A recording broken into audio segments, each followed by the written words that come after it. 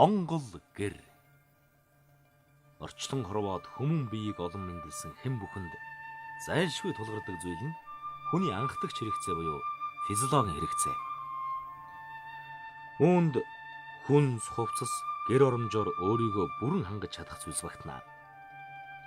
Энэ нөхцөлийг хамгийн түрүүнд бүрдүүлэн байж л цаашид өсөн үржих, урлаг соёл, шинжлэх ухаан, магадгүй компьютер, ардчил энэ төрлийн талаар ярих ёстой болж таарна.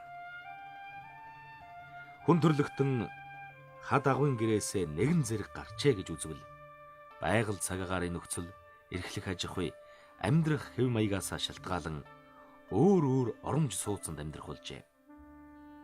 Халуун оронд дасан зөгтсөн хэсэг нь өвс навчаар, хад чулуу ихтэй газар амьдрах хэсэг нь мод чулуугаар, хүйтэн сэрүүнд амьдрах хэсэг нь цас мөсөөр гэх мэтчлэн өөр. Харин эрдэмтэн судлаачдын баталж байгаагаар агуй газар нүхэн гэрээсээ гарсан хүн төрлөختөн бүгд урц хэмээх сууцыг дамжсныг дуу нэгтэйгээр баталж байна. Хадан сууснаас гараад тал нутг руу явах шаардлагатай болоход хамгийн түрүүнд хүн төрлөختөнд хэрэгтэй болсон зүйл бол урц гэж үздэг. Урцтай бас зэрэгцэж өвсөн өмбүүл буюу одоо манайхаар оох гэж ярьдаг тийм ээ. Тийм сууцанд бас амьдарч байсан байдаг. Урц бол ерөнхийдөө одоогоор бидний орчин цагтаа зэрэгцэн оршиж байгаа сууц бол зайлшгүй мөн. Ягаад гэвэл Америкийн хойд нутгуудаар байд юм уу? Монгол улсад ч гэсэн хөвсгөлийн тайгад одоо ч гэсэн хэрэглэж байгаа, өргөн хэрэглэж байгаа зүйл бол сууц мөн. Сууц бол урц юм. За урц бол тухайн газараа очиод одоогоор бол 90 голцоо залуу моддоор араам зангидэж тухайн үед тэр дээр үед бол агнсан амьтныхаа арьс усноосоор гадналыг хочиж дотор нь амьзуудаг байцгаасан байдаг. Одоогор бол ерөнхийдөө даавун бүрээстэй манай хөвсгөлийн тайгад хэрэгэлдэг урц ер нь тийм. Урц бол бас нөгөө байгаа орон нутгатаа байгаа модныхоо өндөр намаас шалтгаалаад өргөн бас босоо намхан байх юм уу, том байх юм уу ийм хэмжээтэй байсан. Тал нутагт нөгөө модны олдоц ховор энэ учраас заавал сууц бол өөрчлөгдөх шаардлагатай болсон байна шүү дээ. Тэгэл гэрийн үндсэн байсан тэр урцны шинж үндсэн зарчим арай өөрчлөгдөөд дээрээ тоонтой болоод тэгэл тоонтой болоод бас гадналаа хэлбэр ерөнхийдөө урц хэлбэртэй болоод ирэхээр энэ бол монголчуудын нүүдэлчин ард түмний хэрглэж исэн цээж имэх гэр болоод өөрчлөгдсөн багч шүү дээ. Хүн төрлөختний нийтлэг сууцнаас зэрэг гараагаа эхэлсэн Төв Азийн нүүдэлчдийн хувьд ан гөрөө мал аж ахуй эрхлэх болсон. Цаг агарын эрсдэс уур амьсгалаас шалтгаалan түүнийгээ дагсан өөрийн гэсэн дахин давтагдшгүй сууцыг бүтээх болжээ. Тэд урцовоохой өвсөн эмбүүл тэргүүт нь орхисонгүй. Харин ч улам төгс төгөлдөр хэлбрээр хөгжүүлж байлаа. Нэгэнт бий болгосон урцаа орон зайгийн нэг хэсгэх зорилгоор өнийн матлаа. Дараа нь нүүдэлчдийн амьдралд хамгийн их тохиолдох малын арьс нөмөргөн хоньны ноос үсээр эсгий урлан нөмөргөх болжээ. За түрүүн урцны маань ерөнхий байх зарчим маань ийм байтал урцаа тэр тал нутг руугаа авч нүүхэд урцны тэр олон өннүүдийг авч байгаа төвхтөө байсан учраас заавал энийг хамт холбож хэлхээтэй болгохын тулд энэ бол ийм өөрчлөлт гарсан гэж одоо судлаачдын үзсэн дүгнэлт бий. Тэгэхээр энэ гэр маань одоогоос 200 жилийн өмнө баригдчихсан гэр байгаа. Энэ тооны надад Хинтээ аймгаас Мандаа гэдэг найз маань бэлгэлсэн. За өнний хувьд нэг зарим зүйлүүд, зарим өннүүдийг бол би энэ нөхөн зассан тийм зүйлүүд бас байна. Гэрийн хувьд бол тоон голоороо хуваагддаг учраас энийг ачиж буулгахад хялбар хөнгөн альва зүйлд хэрглэж байхдаа ер нь эртний монголчууд дайн байлдаан ч гэсэн хэрглэж байхдаа энийг маш хурдтайгаар буулгаж, маш хурдтайгаар барьдаг тэр маневр хийх чадвартай байсан гэр байсан болов уу гэж дотроо бодож байгаа. За тоон бол үндсэндээ сархины тоонтой гэрийн тоонтой ерөнхийдөө адил адил хуравчин мод хэрэгэлтэй юм тоон байна. энэ үзмрийн дэглэлтийг бол үндсэндээ 13 дугаар зуун руу дэглэлтийг хийсэн. Тийм учраас энэ тулганы зүйл одоо энэ хүмүүсийн хэрэглээний зүйл бол заавал 13 дугаар зуунаараа байх ёстой. Яг гэвэл ташуу ангиртай дээлийн додог одоо энэ өмсөн ховц сунар тэр гутлууд бол бүгд ийм тэгш ултай гутал байх ёстой. Тэгээд энэ тулгыг үзэхэд бол тулг бол энэ 3 үлд манай эртний монголчуудын тулг энийг Дадал сумын Хэнтэй аймгийн Дадал сумаас миний хуур ах маань Дашнаруу гэж ах манад бэлгэнд явуулсан байдаг. Энэ эртний монголчуудын л бас хэрэгжилж исэн яг ширээх аргаар төмөр ширээх аргаар хийсэн. Зарим нутгууд бол энэ шалдан тулг гэж хэлдэг. Монголчууд энэ хоолыг жижиг ер нь хоолыг хонуулж халааж идэж болдгоо гэдгийг сайн мэддэг байсан. Жижиг тогоотой бол энэ соёон дээр энийгээ тавиад хоолоо яагаад ичдэг. Хэрэг олон хүн ирээд олон хүн амьдарч олуула хоол иж идэх бол том тогоонд энэ том тогоон дээр хоол иж идэх ийм зохион байгуулалтад хийгдсэн тулг байдаг. Энэ одоо хэдийн үеийг мэдэхгүй ямар ч байсан. Манжийн даралд орохоос өмнөх л хийгдсэн тулг юм. Монгол гэрийн цаашдын хөгжилд томоохон түлхэц үзүүлсэн зүйл бол утаагаан гаргах, гэрэл гэгээ оруулах тооныг бий болгосон юм бол. Гэрийн тооныг анхлан ухаж матаж хийж байсан өдгөөч дарахад нутагт бий. Тэд түүнийг жовгон тоон хэмээн нэрлэнэ.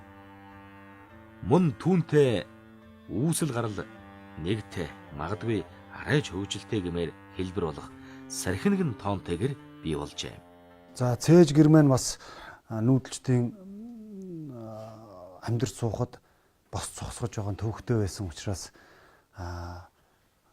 хүн дотор нь орж бос сууж явхад чөлөөтэй болохын тулд унийн ерөнхийд нь матмал болгож өөрчилсөн байдаг. Энэ гэр бол цээж гэрийн дараа үүссэн тов эмэх гэрийн гадаа бид нар сонсч байна. За тов гэрийн ерөнхий зарчим бол бас л адилхан цээж гэртэйгээ ойролцоо тоон сархинэг тооны нэгэн салбар болж хийгдсэн бас тоон үнэтэйгээ хэлхээтэй ачид зөөхөд авсаархан за тов гэрийг үндсэндээ нэг хүн ч гэсэн барьж болохоор буулгахад 7 минут барихад 25 минут зарцуулдаг. Тэгэхээр нүүдэлчин монголчуудын тэр дайн байлдаанд тэргэлж яхад бас хурдтайгаар орон сууцаа барих, эргүүлж буулгаж ачиснуулах тэр маневр хийхэд чухал үүрэг гүйцэтгэжсэн гэрийн нэг бол өгж дотроо бодж байна шүү дээ. Тэгээ энэ гэр бол бас тэрэгэн дээр явж байсан гэр байх өндөр магадaltaй. Яг төхөр өөрөө хангүй учраас унаар нь газар зоодог учраас тэрэгний гадаргуу дээр үнийг шууд байрлуулад явхад гадна талаа бас доктор сайтай эвдрэл гэмтэл багтай байх бүрэн боломжтой юм л да. Гэрийн дараагийн хэлбэр хамтай болсноор үргэлжилж байна. Хамтай гэрийн үүсэл маш эртнээс бөгөөд өв хүннүүчүүдээс ч өмнө үүссэн бол таа.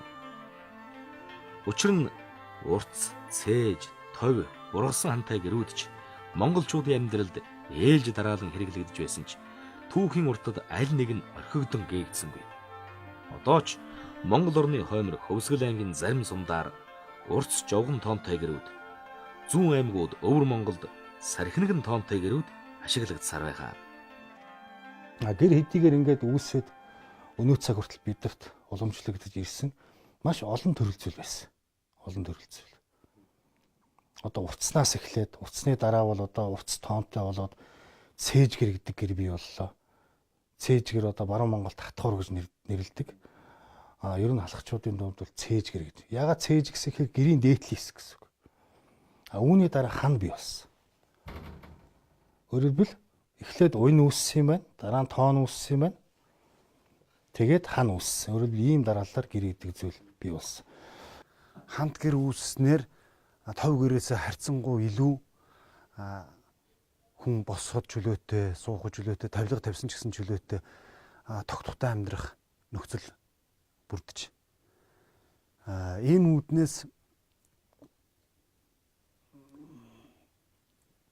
монголчуудын тэр өөрчлөгдсөн энэ гэрийн үүсэл ийм шатаар өөрчлөгдсөн гэдгийг харах боломжтой. Бас л тоонны хувьд бол сархинэг тоонтой гэрийн мөн адил хийгдсэн. Энэ бол үндсэндээ 100 жилийн өмнө хэрэглэгдсэн гэр байна.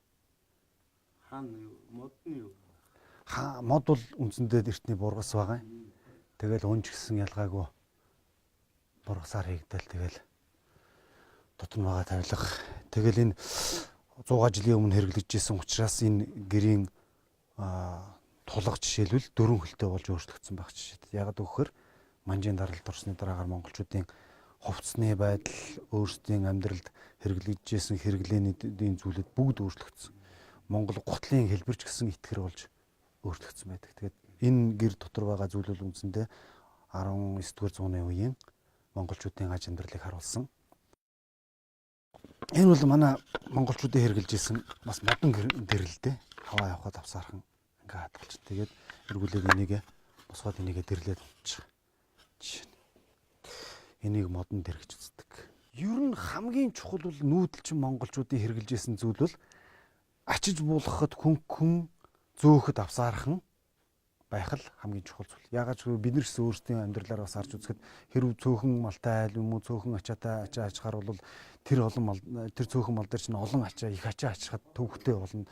Ачаа сунжрах замдаа саадах асуудал болох учраас тэр болгоныгаа мэддэг байсан учраас ачаа зөөхөд хялбар эвхэгддэг жижиг авсаархан болдог энэ зүйлүүдийг нүүдэлчин монголчууд эртнээс бодож олсон байдаг.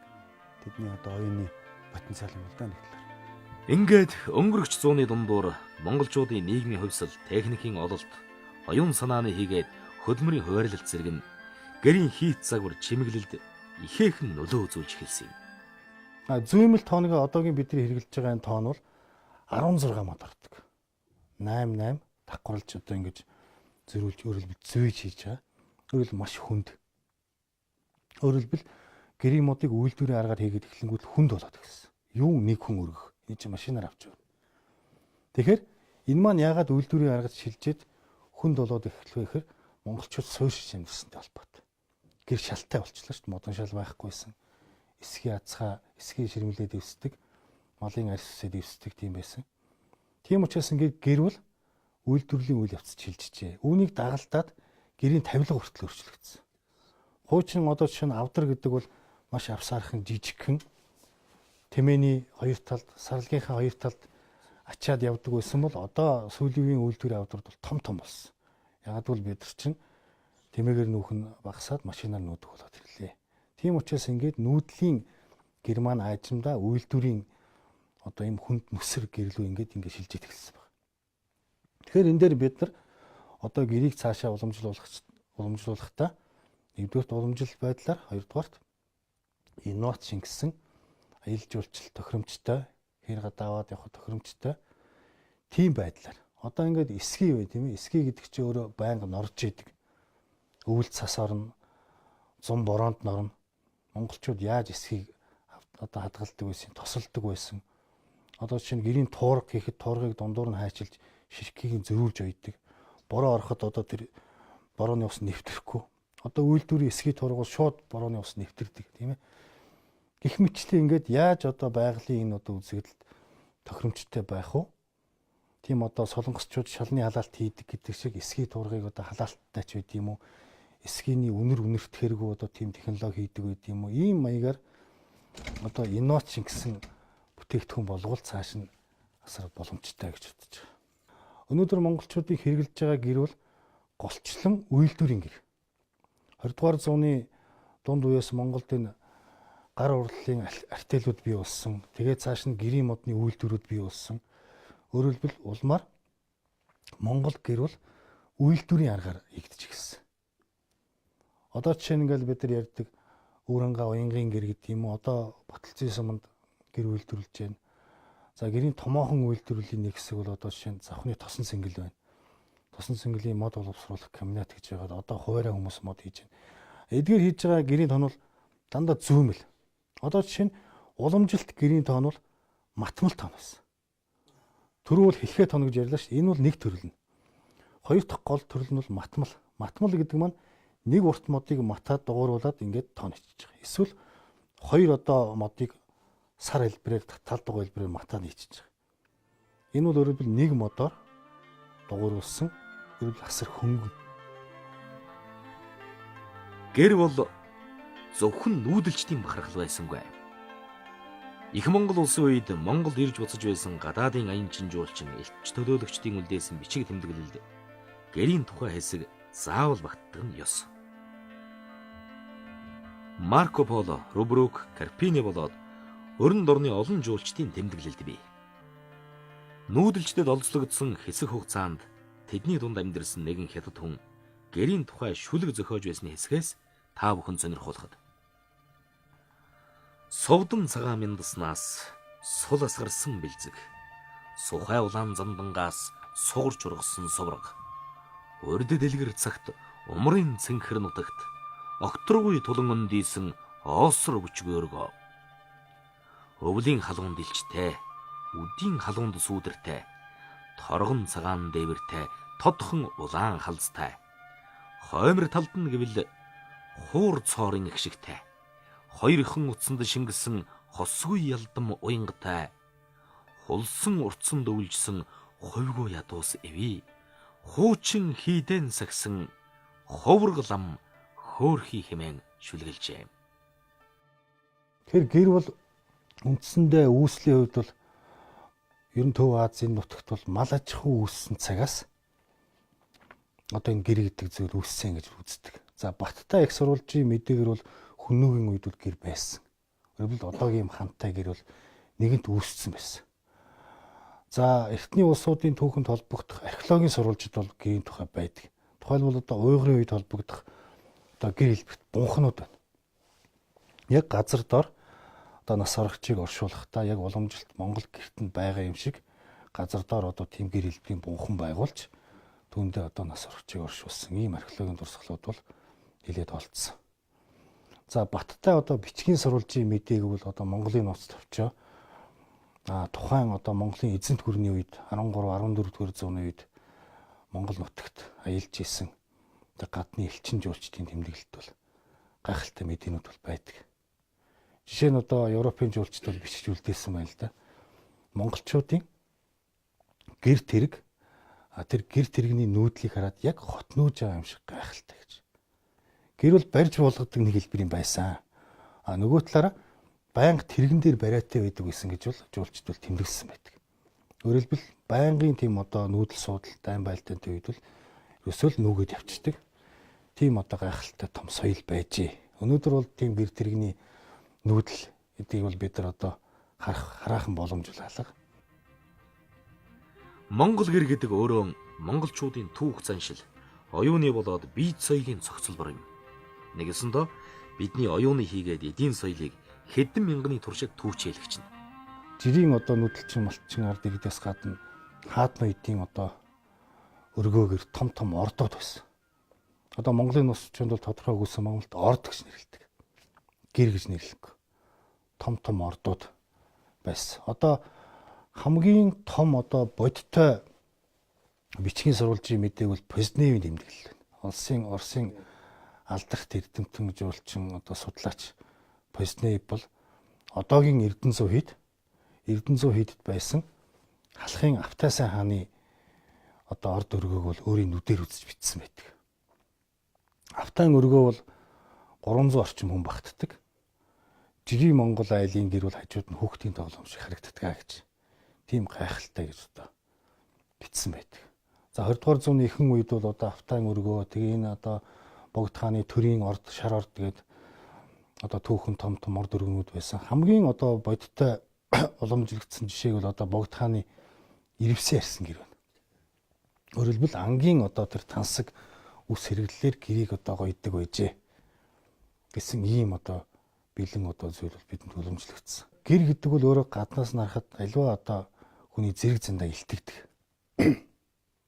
Жишээлбэл одоо бид нар хөлтөрхтэй гэж гэр гэж ярьдаг, халцтай гэр гэж ярьдаг. Энийг бол бас хөлт өрөх гэж ярьдаг. Энэ бол одоо төрийн одоо гэр бүл байсан. Жишээ нь одоо монголчууд яаман гэр гэж ярьдаг.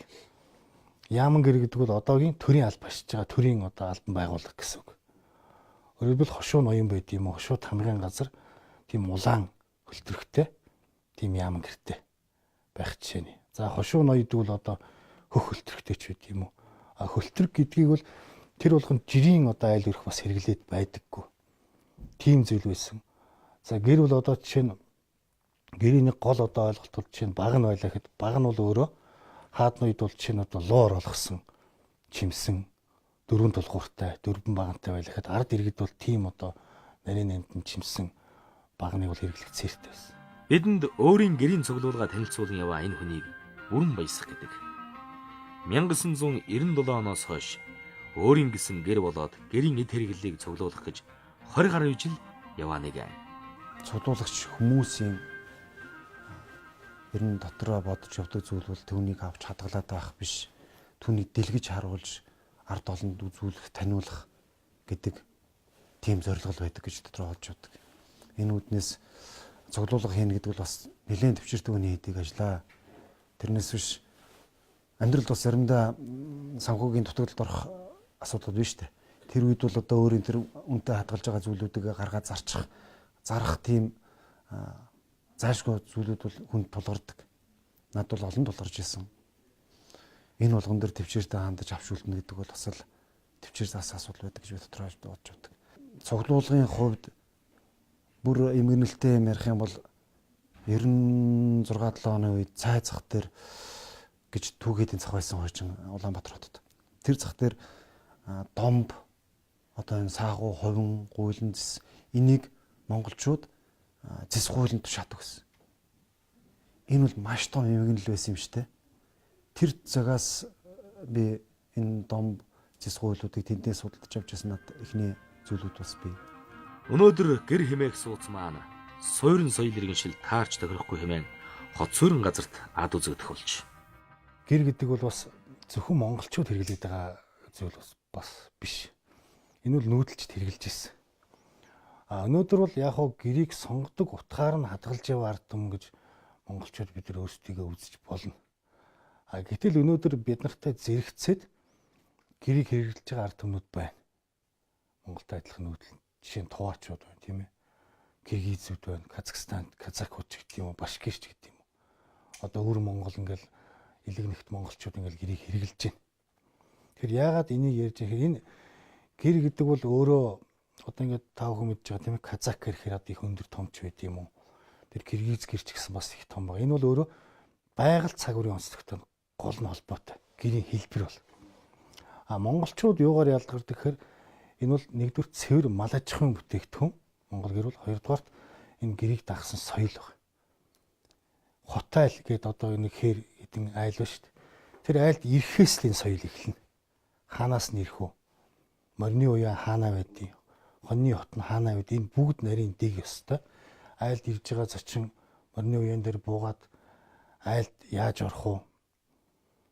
Тэгэл одоо гэрт ороо суухаас эхлээл тэр зочныг дайлт зайлахаас эхлээл ийм гэрийн ёс бол эхэлдэг. Өнөөдөр хүн төрөлхтөнд ийм соёлын үеийг өмчлөх хандлага бол бий болж байна. Өмчлөх. Энэ бол манай юм аа. Манайх өөрийнхөө соёлын үеийг өмчилж судалж хамгаалж чадахгүй бол бусад улс орн энэ бол манай юм аа гэд авчих ийм өмчлөх хандлага бий болсон. Өөрөөр хэлбэл саяхан өнгөрсөн намар таавхан мэдж байгаа Киргизд нүүдэлчдийн соёлын наадам боллоо. Гайхалтай гэр барьсан. Өнөөдөр Казахстан, казакууд гэрээр том орд цогцлоор байгуулж байна. Тэгэхээр юу хэлэх гэхээр Монгол улс хамгийн наазах нь ядаж Монгол гэрээр музей байхлах хэрэгтэй. 50-60 төрлөөр нь Монгол гэрийг байгуулад тийм ээ тэр урц, чэжгэр, товгэр, хатхуур гэдэг юм уу, уянгын гэр гэдэг юм уу, эсвэл одоо баяд гэр гэдэг юм уу тийм ээ. Тэр бүх төрөл зүйлийг нь бий болгож энэ гэрийг бол соёлын өв болгож хамгаалах хэрэгтэй. Энээс хоошд бидний морин хуурай урд хятадын өвд бүртгүүлсэн шиг байхгүй тулд одоо энэ цээжгэр, товгэр, сархины тоонд гэр одоо надад дахиад цаана хадгалаатай байгаа бас хатхуур гэр бий, жолон бий. Энэ гэрүүдийг энд багтахгүй газар жижиг учраас энд гаргаж тавиагүй байгаа. Энэ гэрүүд үндсэндээ нэг цогц бүтээл, цогц үзмэр болж байгаа. Энэ үзмрийг бид нэр Монгол улс авчулж өөрийнхөө өвдөө бүртгүүлэх зайлшгүй шаардлага байгаа гэж би дотроо бодож байдаг. Тэгэхгүй бол нэг л өдөр магадгүй Казахстан одоо өндөр хөгжиж эхэлж байгаа Казахстан байна. Энэ бас нүүдэлж ард түмний нэг мөн өөр Монгол. Хятад.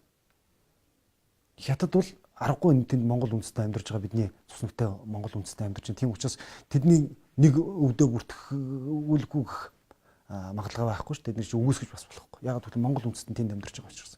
Казахстанууд байна. Казахстан бас энийг бидний өв соёл гэдээ бас бүртгүүлэх ЮНЕСКОд бүртгүүлэх тийм магадлал гарч ирэх гэж би санаас дотроо бодож явдаг. Миний хувьд бол бас яг энэ чиглэлээр тэр олон төрлийн гэрүүдийг гаргаж Монголын ард түмэнд харуулж бас ийм аж амьдралтай амьдарч байгаа шүү гэж харуулах эхний алхам бол энэ жижигхэн үзмэр юм аа гэж дотроо бодож байгаа. Эннээс хойш би монголчуудын нүүдэлчин монголчуудын орон сууц гэр гэсэн чиглэлээр бас музей байгуулах дотроо санаа маань бодож явдаг зүйлийн нэг нь тэр мөн. Магадгүй бид дэлхийн даяарчлал, техник технологийн дэвшил хөгжилтэй хөл нийлүүлэг алхах нь дамжиггүй ч өөрийн өв уламжлалаа усан дотор гал манахын үлгэрээр авч үлдэн боломжтой бол цааш нь хөгжүүлэх ёстой мэт санагдана.